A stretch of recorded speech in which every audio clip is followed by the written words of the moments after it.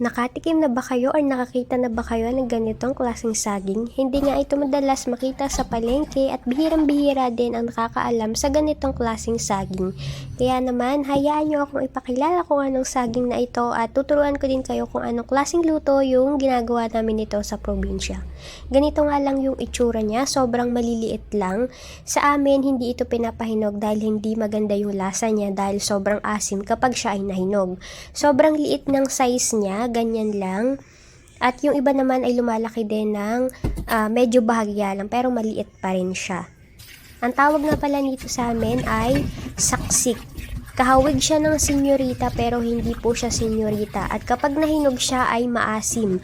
So hindi po talaga ideal na kainin siya ng hinog. Mas okay na ilaga siya ng hilaw at tsaka lang po kakainin. Kaya dito sa amin, uso po na hilaw yung kinakain na ganitong klaseng saging. Hindi na po namin siya pinapahinog. Ayan. Ilalaga nga lang po natin iyan. At pagkatapos natin na malaga, ay papalamigin muna natin ang bahagya. Pero dapat mainit-init pa siya. So, ayan yung itsura niya guys. Kapag nalaga na. Ayan, medyo nagba-brown siya. Tapos, ang gagawin niya habang medyo mainit pa, ay ating pipit-pitin ng kaunti gamit lang ang puwet ng baso or kahit anong bote na pwede nyo gawin na pang pitpit. So ganyan yung magiging itsura niyan. Bahagya lang yung ating pagpitpit guys para hindi naman siya madurog. Ito nga pala yung madalas na luto dito sa saging na ito doon sa amin sa Quezon. Ang tawag dyan ay saksik. So ayan, kapag naluto na siya or nalaga, nagkukulay yellow-orange. Pipit-pitin nga lang natin yan ng bahagya, yung mga nalaga natin na saksik. Ewan ko guys kung anong tawag sa inyo nito sa probinsya ninyo. Pero, bihira or wala akong nakikitang ganitong klaseng saging sa palengke. So, ayan na yung itsura niya, yung ating nalaga at napitpit. Diba? Ganda ng kanyang kulay. Yellow-orange yung pagkakatingin ko. At ang luto nga natin dito ay ginataan. Para siyang inatay kung tawagin sa amin.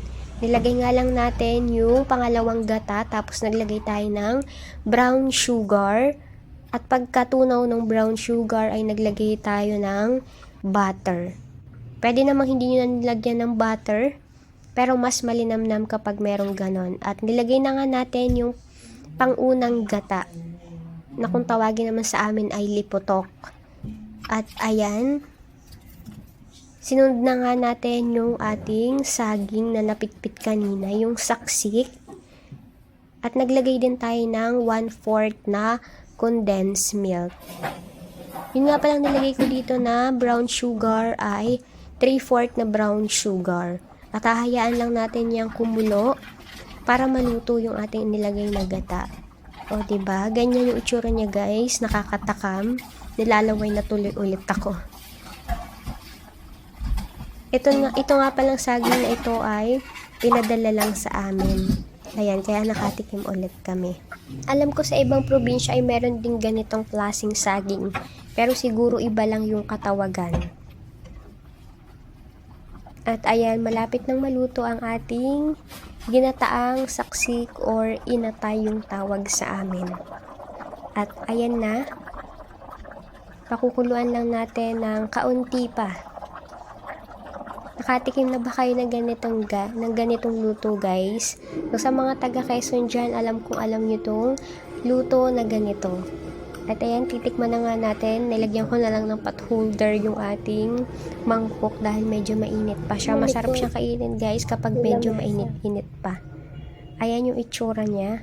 Masarap itong ganitong luto guys, pati yung saging. Mas okay na lutuin nyo siya ng hilaw kaysa hinog dahil maasim nga yung kanyang lasa kapag nahinog. Kaya tara guys, merienda muna tayo!